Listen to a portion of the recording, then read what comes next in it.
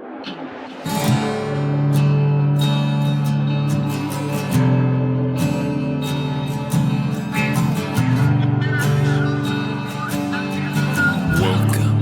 to the InnerVerse.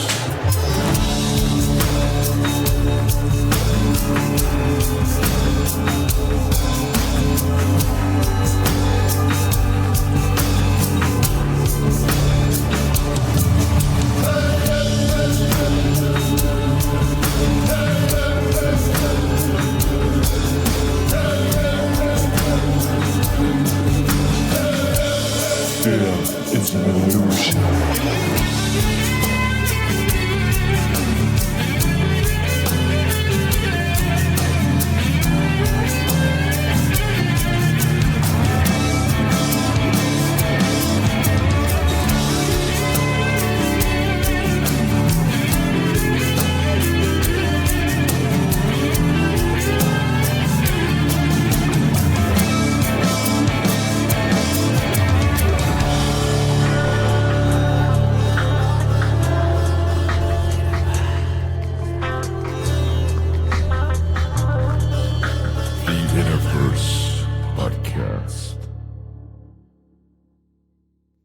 Welcome to the One Within All, to the InnerVerse podcast. I'm your host, Chance.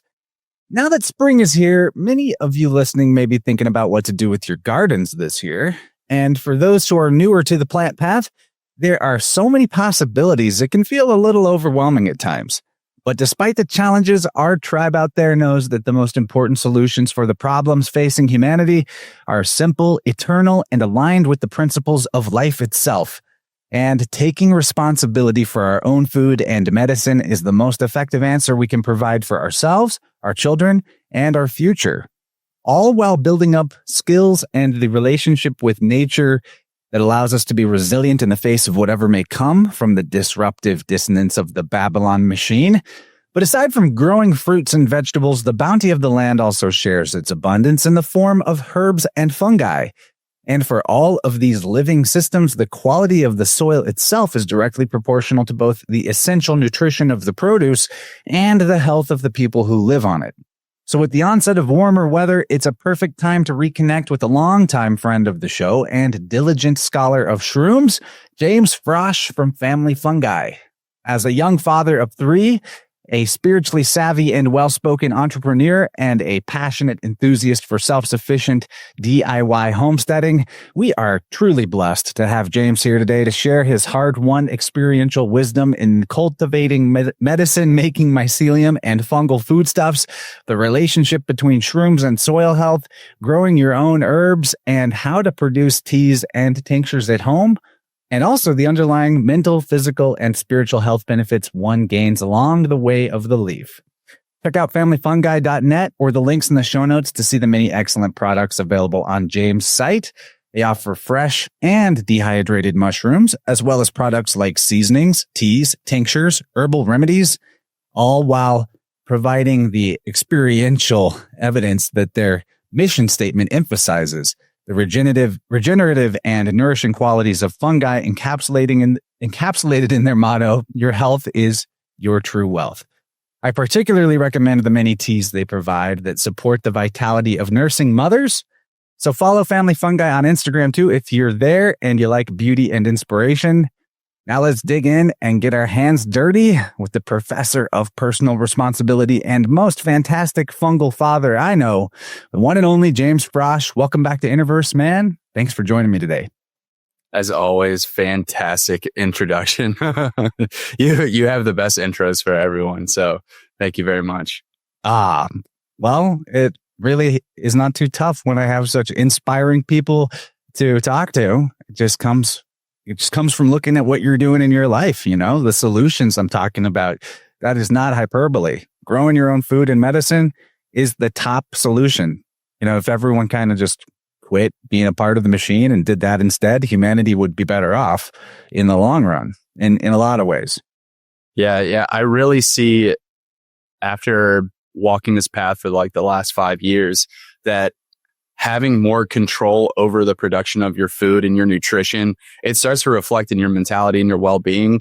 Like all of the stuff on the screen just doesn't matter. It you can start to use it as a tool. That way you can learn about things, because it's hard to have someone's grandpa who's been in this for a long time be your personal mentor, but you can kind of select from a few different mentors in different fields and really compress your learning time and be able to gain a lot of information and a lot of insight from just, you don't have to listen to all of their work. You can just go and listen, especially if you find two people that you enjoy and you watch them interact with one another, then you can get a wealth of information that took them decades to figure out, and a lot of trial and error, which I think that you have to do the trial and error too. It's really important. We're blessed in the fact that we are a mushroom farm. That is what puts wind in our sails and helps our ship sail the seas of commerce. But the main product of that is not necessarily the mushrooms. It's the spent mycelium blocks. So spent mycelium blocks just means we've harvested one or two flushes off of that block, and then it's not really commercially viable in the sense that it's taken up shelf space and we only have so much shelf space. So we have to do something with it. What we choose to do with it is to put it back into the soil. So the hardwood wood shavings that we get they're local. So we're not having compressed pellets shipped to us. I drive about 25, 30 minutes away from here to a local sawmill where they're milling lumber that goes into someone's house. Someone's home is being built with this, and I'm just getting the waste stream from this lumber mill, and then I'm turning that particularized forest into mushrooms that then nourish our community, my family, and we can turn that into medicinal mushrooms, edible mushrooms, and then ultimately it goes back into the soil that's growing our food, that's growing medicinal herbs that we use in our products, that we use just for our personal use. And I'm just at the point where I have to give it away. I'm like, hey, look, if you're starting a raised bed, because we're in South Louisiana, very high water table and lots of clay. So it needs a lot of organic matter reintroduced to it. And these blocks are just that. It takes about 8 months for them to compost fully to be planted into. But once they're broken down, it's like chocolate cake, like rich Dutch chocolate cake. It's fantastic. And it's full of life. And you start to see, like, once you work with it for a few years, you just start to have more insights that you can't read in a text. And you just see your involvement in life in the sun coming down into matter to produce this tree that then becomes the soil, that then becomes the plant, that then becomes you or the animal that eats it. And then you're raising it to raise your consciousness. Like you're putting it into yourself. What you eat, you become. And it just has more profundity to it than being as disconnected as the instant gratification of going to a store. Like, you can go to a store, there are nutritious things there, but you have this disconnect in your relationship to it, because your relationship to it is only in your commercial capacity to go get it. If you don't have the funds, you don't get the nutrition. But in this real system, you don't have to have the funds. You have to have your labor. You will labor for it. You will sweat. You will bleed. You will cry about it sometimes, probably, maybe. And ultimately, you will be enriched. And I really love this quote by Khalil Gibran. And I'm just paraphrasing, but it's suffering or pain hollows you out and removes blockages inside of you so that love can fill you up more. So you go through these trials not as something that's a breaking down process, but more of like an excavation of stuff that's taking up the space that love needs to come back in and fill. I just kept hearing, it's the circle of life. You know, Lion King, that's just in my head from what you're saying. But for real, dude, that commercial relationship with food that is the default, I myself included, that's how I'm mostly operating. I say mostly, let's just say completely. right now. But that is very mechanical and robotic, the truth be told. And the blood, sweat, and tears that are part of the process of your labor providing you with your sustenance, that in itself is demonstrative of how that process connects you more completely to the full circle of life. Because, we just, with our commercial food acquisition, it's like gratification, satisfaction, done, right? There's none of that like toil and up and down. And exactly like the Khalil quote you just gave, he's one of my favorite poets of all time.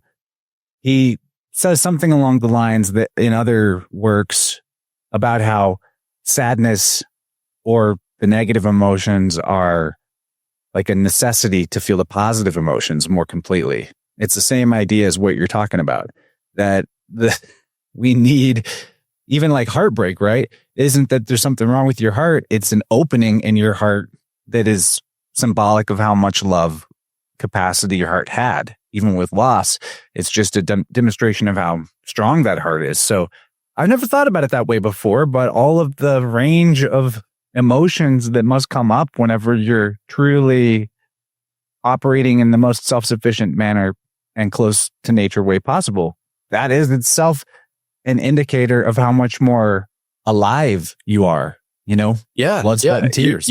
Your spectrum for emotion and your capacity for gratitude really grows. We might produce 20% of our calories here. And that is a challenge, man. Like we just bought 2 acres adjacent to our property. And so now we have 4 acres. But on the 2 acres that we have maybe a 1/4 acre of intensive perennial and mixed annual production where we grow a lot of squashes and pumpkins. I only grow food that I personally want to eat. So I'm not out there growing tomatoes. If you want to grow tomatoes, great. I actually have several dozen tomato plants that a friend of mine gifted me at the farmer's market. And I'm like, oh, well, I kind of feel obligated to grow them, but I don't eat tomatoes and I don't eat legumes. But so they don't have a place in my garden. I really do it for things that we're going to eat. So I'm going to make a place for it so that hopefully I can, we're a part of a couple of private membership associations. So I will see if I can grow this produce and see if I can sell it there. If anyone would like it, and we can can it. And I have a friend that's a chef, and if we don't do anything with it, then he'll do something with it. And I really don't mind giving away produce. It does not, I need something to be alive in the soil. The soil is alive. And if it doesn't have something actively growing in it, it feeds on itself. So back to being self-sufficient. We're not fully self-sufficient. It is so difficult. I have a massive amount of respect for the generations that have come before us that had these systems already in place and overlapping. It was communal, but it was a lot of individual labor. But it was communal. So you did have support and laying fences and laying hedgerows. But in the past 120 years, we've been completely displaced from that and taken off of the land into this paper system where if you have enough of the notes, then you can circulate them around and you can get back a pittance. And, we think that that's okay until there is a natural disaster. And then it's like, okay, well, now you have a hurricane and the store is wiped out. Most of the time it's wiped out of like Pop-Tarts and beer. Those are like the 2 most popular things that get bought during hurricanes. But the big issue is that people are very displaced from actual nutrition, where food comes from. And so I'm prefacing this with all of like the negative stuff, but at the same time, there's a lot of people that are interested in the resurgence of building soil health. And I like to draw the parallel that the soil is the soul. Like this place, we're birthed from the soil, from our mother's womb that is made from the products of the soil. And it becomes our means to enlighten our minds, to enlighten our souls through our interaction with this place. Like it is a feedback system. And you have the spectrum of black and white and negative and positive that you have to give deference to. Like we are under that. We have to see that that is a power that's greater than ourselves, and we have to have that respect and be able to identify these patterns in nature.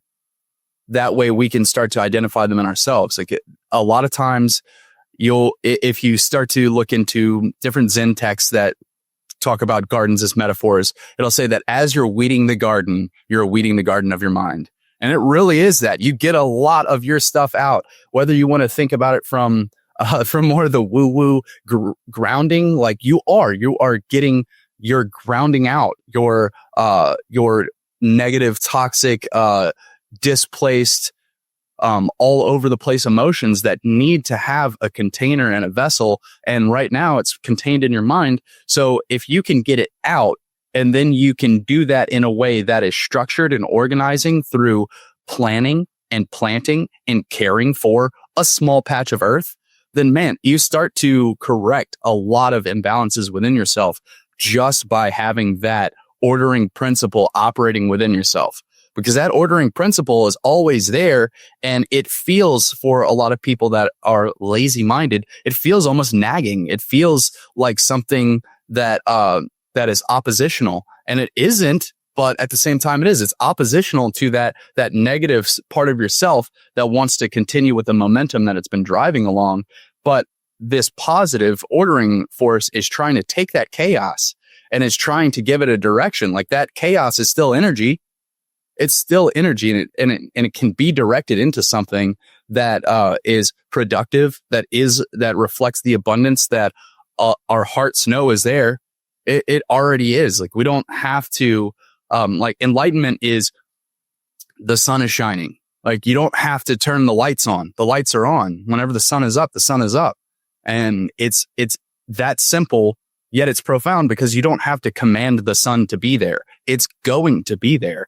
The seeds are going to sprout. They're going to grow, but we get the opportunity to go ahead and tend the land. And it is also commanded to us. It doesn't matter if you do or don't believe in some of the scriptural things. If the system as it stands industrially were to have more hiccups and more links of the chain start to break, then the first thing you're going to see is food costs are going to rise. And you're also going to see more people that are unable to bear that rise in food costs. They're either going to start to produce for themselves, or they're going to suffer in their amount of nutrition. So because they're going to choose the cheaper thing. Like cream of wheat is cheap. It'll fill your belly, but there's like no nutrition in there, man. Cereal is one of the most sought after breakfast foods. And it is it really is a means to just fill the belly. That's it. It isn't going to provide any nutrition, and it's not going to help expand your relationship or your mind, your relationship with this earth. And what can I tack on there too? That the low nutrition, fill the belly is such a symptom of the quantitative reign as opposed to the qualitative. People look at food like putting gas in a car. And it doesn't matter what the food is, as long as the tank is full, I'm fueled. But that is not the nature or purpose of food. It is about the quality, the essential quality, the non-physical, non-material quality of that food. And so with the current supply chain situation and the mass production quantity mindset, the spirit of essential spirit of humanity that should be imbued in the food is like our connection to the food, basically, through being a part of that process, is highly limited. And I want to also say we're not like, and James is not wagging his finger at people, shame on you for being a part of this commerce system. The truth is, society and commerce develops the directions that it develops to solve a problem with goods or services. And the problem for many, many centuries was, how do we feed all these people? And as the commercial machine worked on that problem and developed and innovated new techniques and solutions, industrialization and factory farming was sort of a natural outgrowth and even a part of the process of our descent into an iron age. It's part of the deal. But right now, we're in a different spot. We have access to knowledge. We have the resurgence of folk wisdom. And so the new problem is, how do we get our essence back? And how do we get the quality of life back? And how do we get our nutrition back? And that answer comes from becoming a part of the process ourselves to whatever degree we can, or connecting with people who are making that process a more living, coherent thing, quality thing, like your neighbors who might grow organic produce or provide non-toxic, livestock products, things like that. So my point being, there was a problem. It was, how do we feed all these people? We solved that problem, but a new problem came out of that, which is sort of the soulless machine-like nature. And now that's the problem we need to tackle, but we have new tools for it, which is the information and the ability to share that information. So it's not like, shame on you, humanity. It's like, let's take it to the next step. That's right. Get the best of all worlds here. And I don't want people to feel ashamed. I would rather them feel inspired, because this is, I think all of this information is more for awareness, so that we have a direction of like, okay, this is where we're at, but like we need to go in this direction. When we reflect on the increasing incidences of chronic diseases, like acute diseases, we have a great way for dealing with that in the West for acute medical issues. But for chronic issues, we don't. And a lot of times it's lifetime medications that end up causing secondary effects. I don't want to call them side effects. It's a secondary effect. It's part and parcel of taking that. Effects. It's just effects. They're effects. And the first effect is the thing that there is the intended, but then this secondary is part of it. It's going to happen. And so instead of trying to rely on medication to shore up the difference that diet has clearly caused, is to go ahead and start changing our diet. I see a lot of people at farmers markets for the past 5 years tell me about changing their relationship with food. And, and they're not growing their own food, and that's fine. But they've started to support people that grow higher quality food. And I do take a little bit of issue with like organic labeling, because there's some loopholes in there that are really misleading and finicky. But people are making the decision to eat more whole foods and stop eating food stuff. If it comes in a box, that is stuff that looks like food. I call it food stuff. It is not food, and it may be made from food, but it is not food any longer. It is, again, just that hollow thing to fill the belly. And that, again, it's gotten us so far, but we're starting to see the breakdown in society from physical health and physical degeneration to mental degeneration, where there are higher incidences of and it's not necessarily to the extremes of like depression, suicidal thinking, and that stuff, but it could just be like low mood, like people are just unmotivated. And a lot of that is from the energy in, energy out. Like if you're putting crap energy in, you're going to have crap energy. And it's about raising people's, their quality of life. It's not about producing numbers of bushels per acre, this quantitative way of thinking. It's the switching to the qualitative and saying, on this particular piece of land, can you produce something that is more nourishing for you? Like I really want people to just grow something in a flower pot and take care of it. There's certain considerations, like don't put that flower pot on concrete, because the concrete absorbs a lot of heat from the sun and will dry out the root system of your plant. You don't really know that until you try to do that. And I was doing this in college. I was like, anywhere that I was for the past 13 years, 14 years, I've grown something. I've been like, I just have to. I was compelled to do it. And so I did it. And a lot of times I fail. You kill a lot of plants before you start growing a lot of stuff, because you have to unlearn a lot of the things about growing these, growing these beings, these organisms, and how to change your relationship with them to give them the best chance of success. Because we want yields. So our property is set up in through the lens of permaculture, where we want yields and we want to effectively use this piece of property in the intensive areas that we have all these things planted. We want to get something out of it. And there's nothing wrong with that. So there's nothing wrong with like, I'm planting this to get something out of it. But you do have to have a relationship with it beyond just thinking of the final fruit, because you have to take care of it for at least 90 days. A lot of vegetables are 90 days. And then if you're thinking of fruit trees or perennial plants, you're in it for the long haul. So you're looking at 10 years, and some of them you can get quicker yields from. But it's to say that you have to form a relationship with it that's greater than, well, it's just a house plant. I mean, it's great to have that as, well, I have something that's an aesthetic.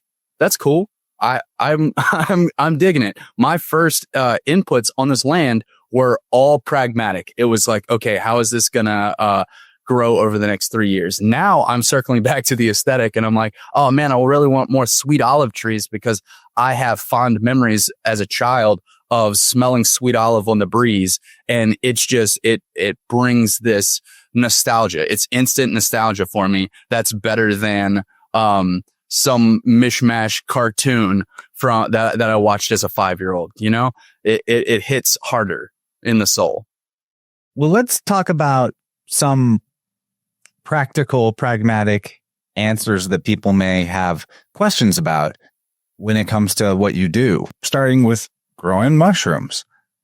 Tell me about good varieties of fungus for people to start with if they're a novice. You know, keeping in mind what's easier to cultivate than others, and also balancing that against the nutritional or medicinal value. You know, where would somebody that wants to start dabbling in the fungal production, because that's really your expertise, not that you're lacking proficiency in regular gardening, right? And we'll get to that too, but let's talk about the shrooms.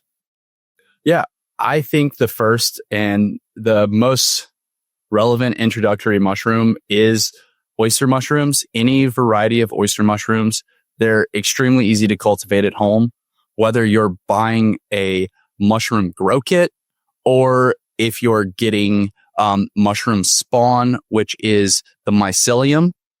So that's like the body of the mushroom that's just growing on particularly hardwood sawdust. If you get that block, you can expand that into fresh hardwood wood chips or into freshly cut logs. So this is going to be stuff that's a lot easier for rural people expanding mushroom spawn. You can do this in some urban areas if you have access to wood chips, and you can put these, you can put like a wood chip patch in your gardens. You can totally do this. It's just easier because the resources are more at hand in rural areas. So oysters are the first one because they're the easiest, they're the most available, and they can take some neglect and still keep going. And I would say secondarily to that would be reishi as a medicinal mushroom. This is going to be a little bit more challenging in expanding it, but you can get a grow kit and you can grow it on your countertop very easily. And then you can harvest it fresh, then dehydrate it, or you can even make a tea with it fresh, dehydrate it and then make a tea, or you can make tinctures and extracts by using, you can use pretty much any kind of alcohol, but we generally use neutral spirits like vodka. We use a high proof ethanol, but you don't have to do that. You don't have to use Everclear or something else. Like we use a 190 proof organic alcohol for a lot of our mushroom extracts, but you can use something like brandy. You can use something like vodka. If you're going to get some vodka, I would recommend running it through a charcoal filter before using it for extracts. It takes a lot of the harsher taste and elements out of the vodka, and then it comes out more plain flavored.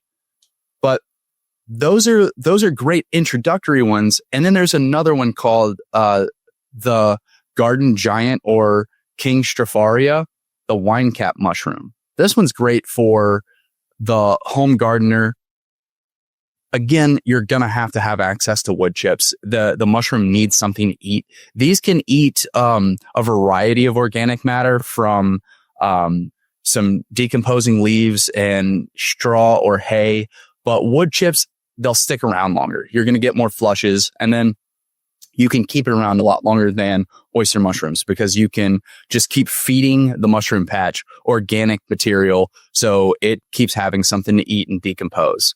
I'm looking up these wine caps, and I would almost mistake them for an Amanita muscaria. Like I would be tripping if I ate it.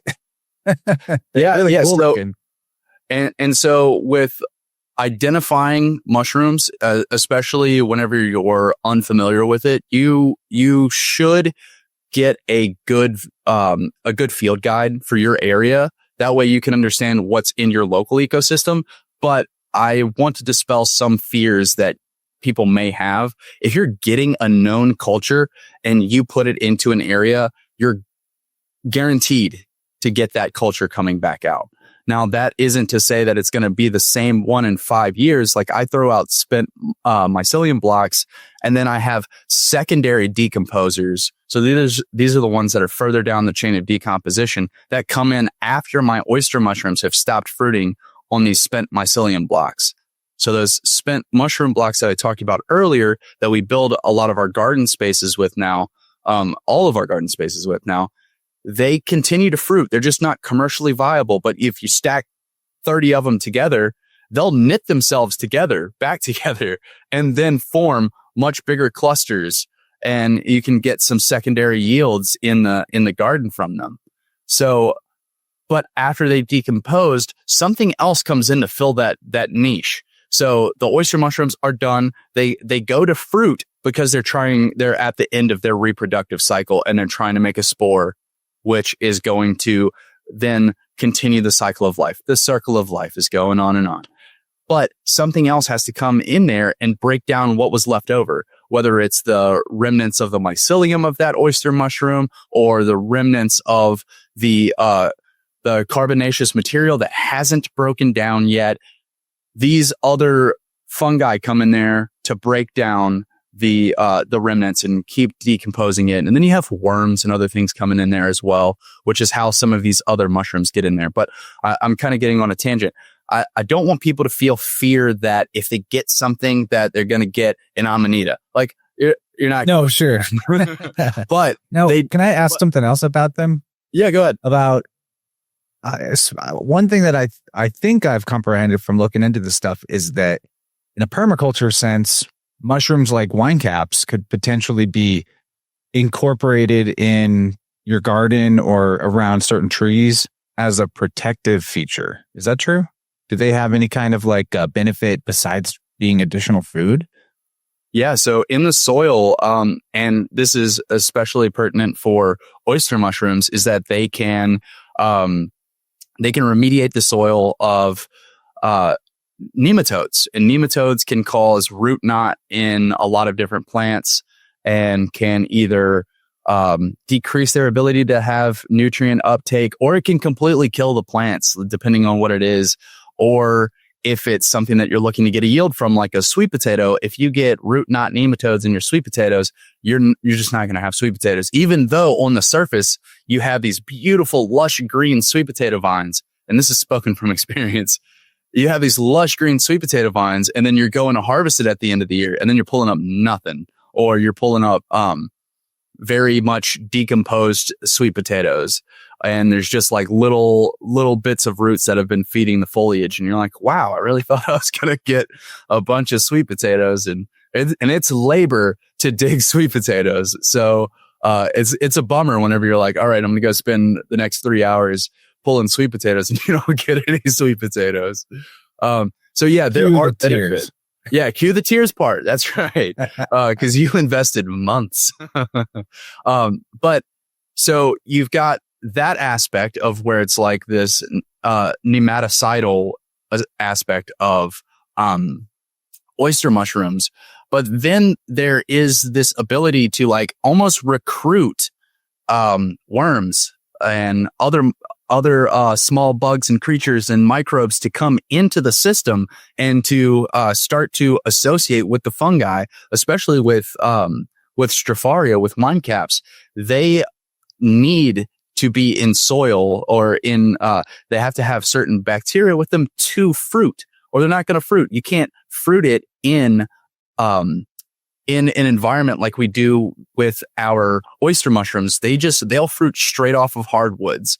But with the wine caps, they have to have the ecosystem. They have to have this community of organisms with them in order for them to produce a fruiting body. And you can do that you could produce them commercially, and you would just need to do what's called a casing layer. If you were to put them in like a garden pot with their substrate to grow on, you'd put a casing layer of soil on top of it. And then that provides them a little bit of moisture retention, and then gives them the community of organisms to emerge from. And it's really interesting. Like, we're talking about a specific kind of fungi that are called saprophytic or saprotrophs. These are fungi that are breaking down hardwoods. There are other fungi that associate with the roots of trees. These are mycorrhizal fungi, and these are the unsung heroes of the food chain. These guys expand the root systems of plants 10,000 times, 10 to 10,000 times. Like, they are more important for the health of the plant than just the root system, because it extends the root system. And then they have this sort of commercial symbiosis where the trees are like, hey, look, I'm going to be making sugars from photosynthesis, and then I'm going to push it down to my roots. And then I'm going to feed the fungi that are then going to give me the minerals back as an exchange. So I make sugar, I feed the roots, and then the roots are giving it to the fungi, and then the fungi are mining these minerals out of the soil that the plants are unable to access without the novel acids and enzymes that the fungi use to break down soil and break down minerals. So there's things like oxalic acid that fungi make to break down very dense things. It could break down granite. So there are like fungi that are growing on the side of granite faces, and they're chemoheterotrophs, meaning that they are using chemistry to extract their nutrition from this substrate that is just rock for all intents and purposes. But in the soil, you're having that same sort of relationship going on, and they have grown up together. That's how I like to refer to things instead of saying evolve. They've grown up together. They have, it's always been this way, that plants and fungi have become almost a singular organism, but with distinct features. And it's the same with us whenever we're talking about like our microbiome. This is the microbiome of the soil, and it's everywhere. And until we mess it up, and then we have to go through this sort of remediation process, but we can interact with that. So if you're planting fruit trees, you can use native mycorrhizal fungi. So you don't want to just like dig a hole and then take all that native soil and just toss it. Incorporate that and maybe add some potting mix depending on your native soil. If you have really good soil, we don't.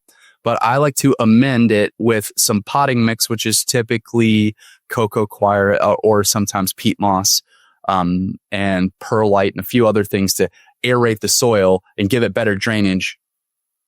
And then whenever you incorporate that native soil, you're reincorporating these mycorrhizal fungi. And you can't really see them without the aid of a microscope. But if you looked at the roots of plants or the roots of grasses, you can see where they're attaching to the tips of the roots of these plants and extending the roots by a massive amount. And so one great quote that I heard recently from Matt Powers in his discussion with John Kempf is that the soil is a subaquatic system, and it's it's kind of hard to think about that whenever you're like, nah, man, like it's soil. What are you talking about? Like we just had a really big rainstorm here last night and we got about 2 inches. And so it's easy to see because I can see water on the surface, but there is the water holding capacity of soil is about 20,000 gallons per acre in the first foot of soil. So you're talking about over an acre, there is a pond underneath the soil. And it's very hard to see that on a sunny day, but it's there. And it's important for us to understand that because the water is this resonant messenger of life where it's directing a lot of the biochemical processes, but the electrical chemical processes too that are going on that have to maintain the charge in the soil that is providing for the structure and growth of these organisms all the way, again, bringing it back to us. It's a mirrored reflection of our interactions with these systems. Yeah, that's really making me think about pleomorphism in our microbiome in our gut, which according to allopathy, which for some reason is still clinging to like monomorphism of bacteria, that what a bacteria is what it is. And that's what makes it pathogenic, is it must have come from outside of you if it's doing what it's doing and it's got out of place in some way. But the fact is that our blood generates these seeds of life that can become whatever type of culture the body needs to deal with what it's got going on in a cleanup process. And why I bring this up is if there is a as within, so without relationship between the soil biome and our gut biomes, then it would make sense to me that considering soil as something to be fixed might even be a kind of a symptom of the allopathic mindset as it applies to looking at gardening. What I mean by that isn't that you don't guide the process, but that, or that you don't, bring your intelligence to the process and help the process along, but rather holding a mentality that it's doing what it's doing for a reason. And how can I support what it's doing to get it to a better level of health that it wants to be and balance that it wants to be in, rather than sort of like bludgeoning the soil back into health or, writing something unnatural into the environment to like chemically, right? Like looking at so I was just curious about how things shift, like, even fungi have a pleomorphic quality. Can spores become something else? You already said kind of no, but this is what I'm thinking about. So let's talk about this from like a large disturbance event. Our property 60, 70 years ago was a strawberry plantation. Before that, it was a pine forest savanna. And so we are not in native soil any longer. Like we are in the sense that nobody just brought this soil from frickin' Mars. Like, no, this is the soil that's always been here, but it also isn't at the same time. It doesn't have the organisms that had been here because of successive disturbance events, deforestation, to then bring in the farming and rural communities that started to support the advent of large cities like New Orleans being the closest large city here, and then also the timber industry that sent timbers wherever they went from this area. So you have that, and then you have agriculture that comes in, which for the last 120 years has been a very disturbance intense practice, which there is a good in that you can bring about a new homeostasis, that you can bring about a new level of productivity, that you can, again, we're not against having yields from our efforts, but this place got abandoned. There wasn't like this effort to, well, we did strawberries here, but we plowed it and turned it over. And I like to say that they strip mined it for nutrition and minerals. And then once the mine dried up, they went somewhere else and they used rock phosphate and mineral fertilizers. And then once it was done in their eyes, it was done. You got to move on to more fertile ground. And so it gets abandoned in that sense. And so, like I said, yes, you're right. Like the soil is going to start a homeostasis and get back in balance. But that balance isn't necessarily in our eyes now whenever we're looking to form a nutritional feedback loop. Like I want to bring my nutrition that I get from the plants back out to the plants.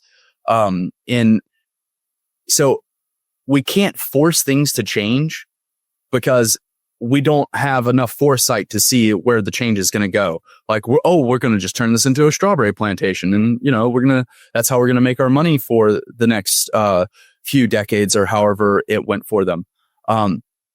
They didn't have the foresight to see that I was going to be planting trees in some of the harshest soils. And that's fine. Like we can't, but at the same time, as we're raising our awareness, have to be understanding that this is inheritance. This is the soil that is going to be inherited by the people that come after us, whether it's immediately our family or if it is, if it's someone else. Someone's got to clean up after us. Like we have abandoned vehicles in the woods that got driven back there in the 70s and 80s. And I just recently talked to a neighbor about it, and they're like, "Oh yeah," they're like, "Oh yeah, are those cars still back there?" I was like, "Yeah, they are," and I would have to cut down some massive trees to be able to pull it out. And it's things like that where it's like, yes, you can't force nature to be within the confines of how you want to direct it, but at the same time, like you do have to have this interaction.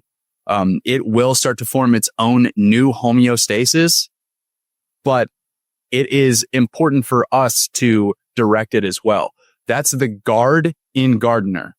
Like you have to be on guard. You have to, those undesirable plants that we call weeds, they're just not where I want them to be because that's where I want to get yields. I don't mind if they exist. I'm not trying to spray them with chemicals. I don't use any herbicides on my farm at all.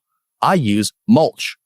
If I see something growing that I don't want, I just smother it out. And if it comes back, I pull it by the root. But most of the time, I'm not even trying to pull things without doing a chop and drop. So cut them out and then put them right back where I got them from.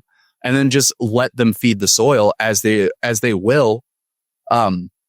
Because they're indicators of soil quality. Like, thistles are indicators of certain mineral deficiencies in the soil. Certain things aren't going to grow where a thistle is going to grow. And we may look at it and be like, oh, that's kind of annoying. I don't want thistles right there. Or you can be like, what is this telling me? Why are you here as a character in the landscape? Like if those characters are showing up, it's because they have a part to play. It's not because it's not because of spite. That's exactly what I was hoping we could start to illustrate, that the whole environment is signaling just the way that your biofield and your injuries or disease in the body is signaling something about, the essential quality of your mind or emotional state or belief system, that what shows up in the garden where is a signal about the health of that ecosystem that is actually trying to tell you something. The land is talking to you. It's not just this is going wrong and now I've got to fix it. It's more like what is being communicated to me, and on a deeper, like what kind of deeper meaning does it represent that this is here? And there's like lots of range with that, but where do you learn? What are some good resources for learning the communication signal of various what we call weeds or symptoms that might appear in a garden? So strange as it is, some of these weeds that are considered to be weeds, I should say, a lot of them are medicinal plants, and they have proper uses and proper times to harvest. Our friend Kyle Denton, he says, I asked him, I was like, when do you think is the best time to harvest certain herbs? And I was like referencing more of like a lunar cycle. Like, do you think that there is some meat to that you harvested during a certain lunar cycle? And he was like, bud, I think that the best time to harvest herbs is when you're looking at them. And I find that great. Like, that's the sort of wisdom that you get from decades of experience. And so, for each area that you're in, I would say, start to look at things like this is the Louisiana Herb Journal. This is great for our area. You can find bioregional things so that you can start to learn about these plants.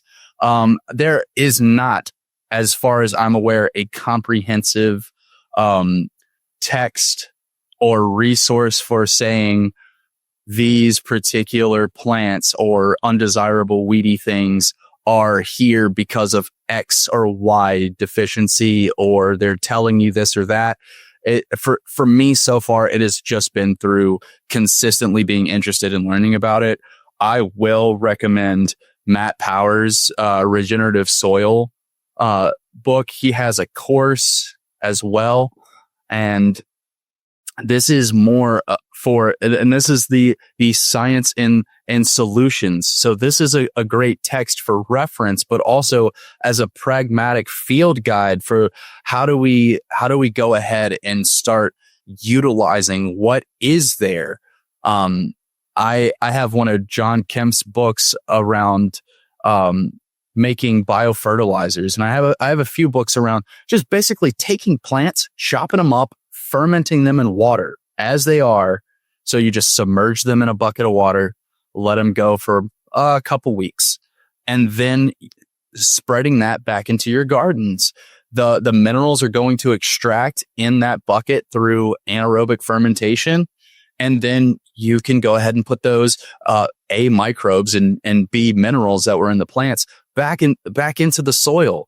Like you're taking part in a part of the process of like a super wet spring that is breaking down this carbonaceous material, anything that's got carbon in it, and then putting it back in the soil in the form of minerals and the digesters, whether you want to call them microbes or whether you want to call them little bug friends. They're there for a specific role. So those are some of the books that I would recommend in terms of trying to get a pragmatic grasp on how to treat the soil. Don't look at it necessarily as a problem. It can feel overwhelming, but see that as a challenge. It's not a problem. It is something that you have a great opportunity to take a part in.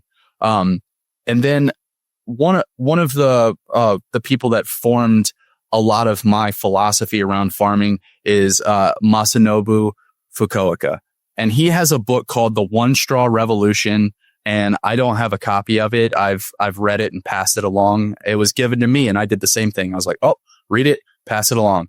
And he basically talks about getting yields from your land and then putting the refuse, he was growing a lot of rice. He's from Japan, and he would harvest the grain, but he would cut the stalks at the ground, leave the roots in the ground, and then he would put the stalks or the straw back on the ground. The One Straw Revolution is just that you put the stuff back on the soil. These other commercial farms would just harvest everything and then burn it. And then there's like, oh, there we go. Now we got rid of the waste. And it's like, no, it wasn't waste. That was the soil. You were seeing this 3-foot tall piece of grass that's dried as being waste, but the soil was seeing it as a resource to feed itself. And so one quote out of this book, The Natural Way of Farming by Masanobu Fukuoka, is the farmer does not wrestle with questions of why man arose on the face of the earth and how he should live. Why is it that he never learned to question his existence? Life was never so empty and void as to bring him to contemplate the purpose of human existence. There was no seed of uncertainty to lead him astray. Man, that sums it up right there. We've gotten to a point where we're so reflective that we're despairing about this existence whenever the answer to it's right out there. We just have to go seek it. Like the sun is shining. we're in a participatory realm as much as we want to be. And we don't have to be casual bystanders to fate and circumstance. Like things will happen that are out of our control. But one thing that you can have control of is planting that seed and tending it. Whether that is an intention that is newly formed in your mind that you planted and that you have to take care of daily and guard from the uncertainty of the world, that the world is telling you to be uncertain about your intention. Well, I know that I have to be firm in it. So I have to add the right amount of attention and compost. And then maybe I have to pull some weeds of doubt every once in a while so that my intention can flourish. That really tacks on to what I'm thinking. A big challenge with gardening and farming, I believe, does come from the modern mindset and expertitis that people have. And that uncertainty. Am I doing it the right way? What is the right way? I don't want to do it the wrong way. And that doubt stops people from starting. So I'm wondering, as somebody that's got some experience and some years doing it, how important or how valuable or how valid is intuition and creative thinking juxtaposed with following the manual, if you find one, when it comes to what you're doing? You know, is there a benefit, reward, and value to letting the insight bubble up and the answer come to you about what is needed? Or do you think it's more valuable to go get the information from somebody that's dealt with it before and follow that, or some kind of blend? Like, I guess, because if it's a hurdle to getting started, this knowledge differential between experience and being green, being new, it is something that can make it hard for people to feel like it's okay to get started. Yeah, I think that having a scaffolding, having a structure to start with is great.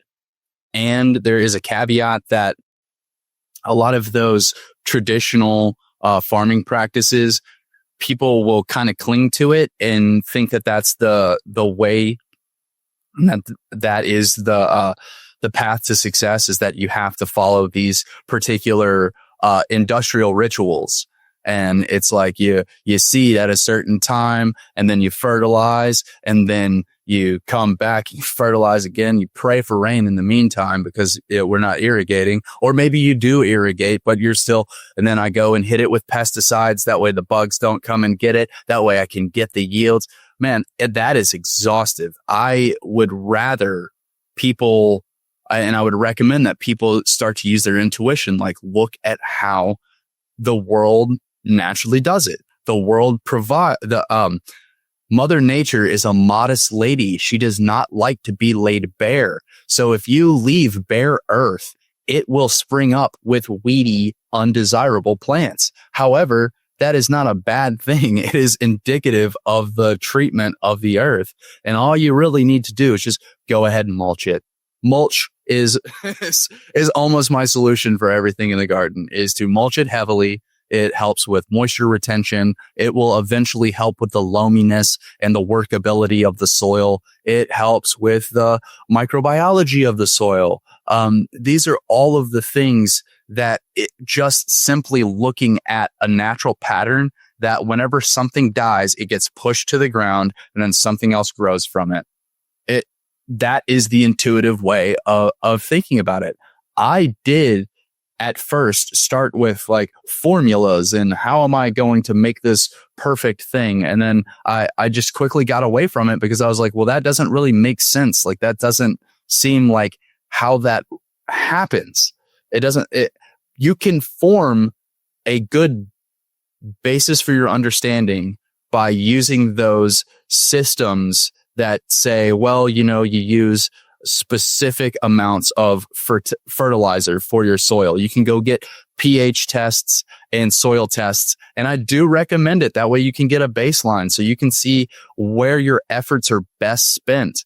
But again, nature does have this extremely good corrective capacity, and you have to be able to see that pattern over a longer period of time than just this season. Because a lot of times people will start to implement a solution for fertility this season, and it may not show up until next season or even the next.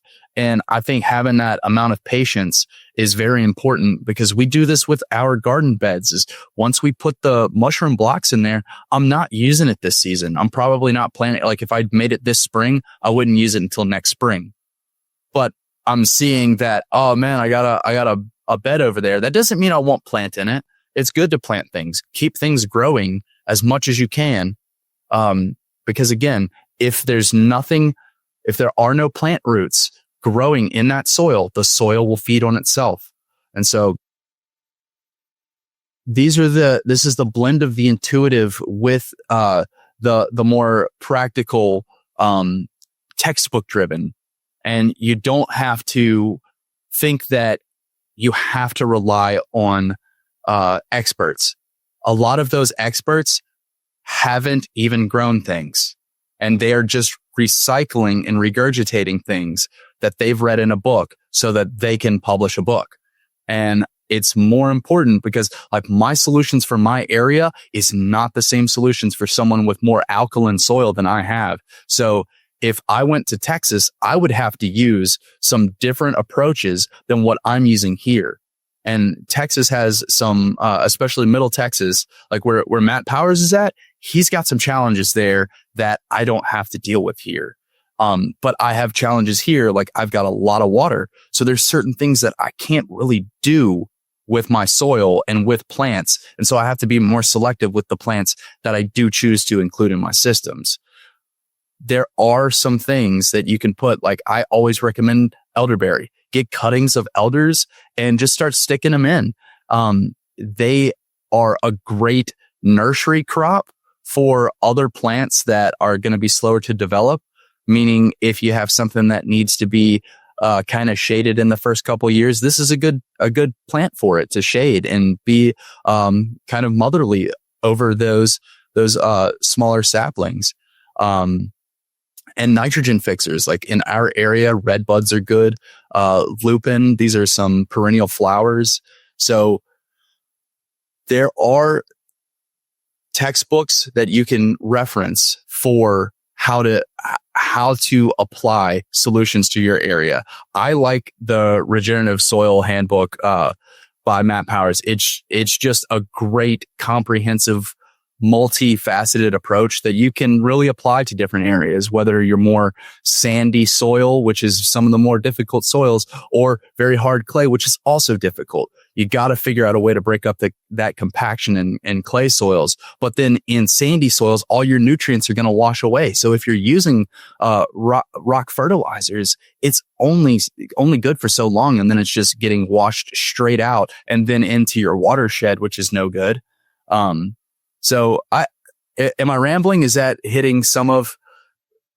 You're making the point that there's so many factors that there are no expert solutions that are going to be perfectly applicable to where you're at and what you're trying to do. That doesn't exist. By God, that's what I'm getting from it, which doesn't mean you don't learn from other people and take in information and stay diligent with paying attention and studying. But it does mean that there's a certain point where, like anything else in the world, you got to take the leap of faith and just do the thing. Yeah, you got to stick a shovel in the soil. Yeah. Like you really do. That's why I think the trial and error aspect of gardening and farming is the ultimate teacher, which requires that you give yourself a permission slip to try stuff, figure it out as you go, and fail forward. That it's all right. Some stuff's going to die. Some stuff's going to go different than what you planned or intended, and you learn from it as you go. And I think that process is what develops the intuition, where a few years down the line, maybe you do start to get the memo of like, well, why is this plant popping up here? And somewhere in the back of your memories, it came up at a different time, and you make this connection in a flash of insight without even knowing how but you tell yourself, this means I need to do this. And that's what I am getting at, is like, I think getting comfortable with failing and getting comfortable with figuring out as you go is probably the ultimate gift you can give yourself in this path. So we have a tea that's for moms. This is for after you give birth. This is called the Great Mother, and it has tulsi, oat straw, red raspberry, red clover, lemon balm, nettle, yarrow, calendula, reishi, lavender, and motherwort. Motherwort has probably been one of the most helpful for Elise, whether it is tincture or as this tea. And this is something that she started making for herself. And it wasn't even intended to be like, oh, this is going to be a product that we make. This was something that she blended for helping with milk production, but helping with her centeredness. Because I don't think, and as I understand it from being a witness to my wife, is that postpartum is not a disorder in women. It is a state that occurs whenever she is not properly supported in her nutritional quality, emotional quality, and then social. Women are very social, and they need to have at least someone that can relate to them that is a woman. As much as it is important for us as men to provide and be their counsel, there is only so much that we can relate to with their experience. And we have to remind them of their strength and their capacity, especially in those moments of vulnerability that occur postpartum, because it doesn't necessarily happen 1 month, 3 months after. It could be 9 months after. And it's just like, just feeling blown out. I'm feeling like I need I need to be revivified and to be reborn, because I was giving myself to this other being to complete themselves. And I have to reestablish now who I am, because I am reborn just as much as the woman births her child. She's birthing a new self from the maiden to the mother. And then with that, there are different needs that come emotionally, spiritually, socially, and physically. So I recommend very high mineral dense foods like organ meats, and also to drink teas often. Teas are one of the best ways that you can get minerals highly available. It is just to brew a nice cup of tea. And there is the ritual aspect of brewing a cup of tea that is extremely primal for us, that feels like everything's okay.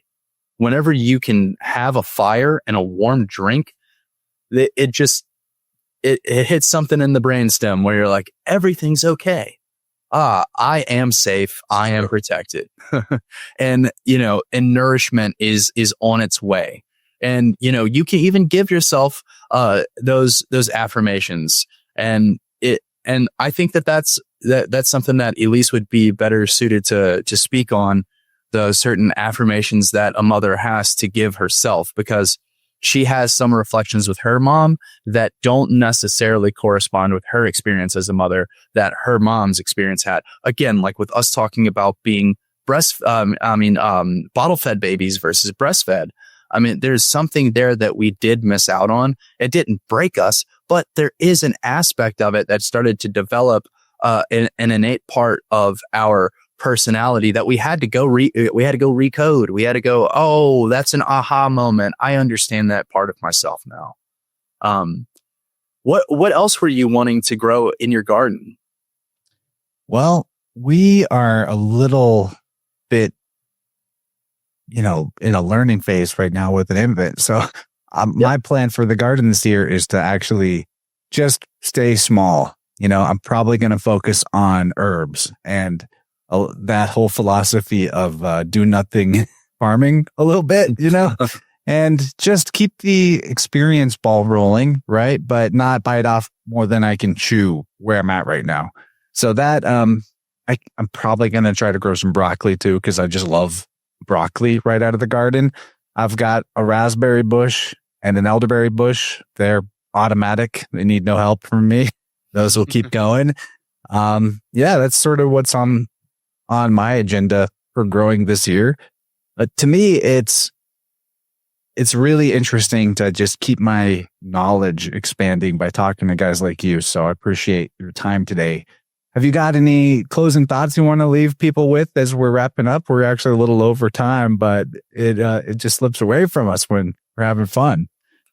Yeah, I think that one of the takeaways from this is to again, and I've said it in here a few times, is to give yourself that permission to start. It may be late in the season where you're at. It's probably early in the season. But go ahead and put yourself to the task. If it's just a few pots on your balcony or in your kitchen, you can grow some herbs in a kitchen window. But give yourself that as a reminder and a reflection of, even if you don't have a quarter acre or 10 acres, you don't have to have a lot to be able to start. It can just be a small area that you're starting to take care of because you understand fundamentally that this natural system is the only thing that we truly depend on.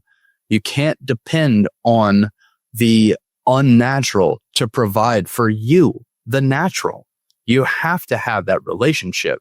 And you do, even if you are a bit distanced from it through the commercial system.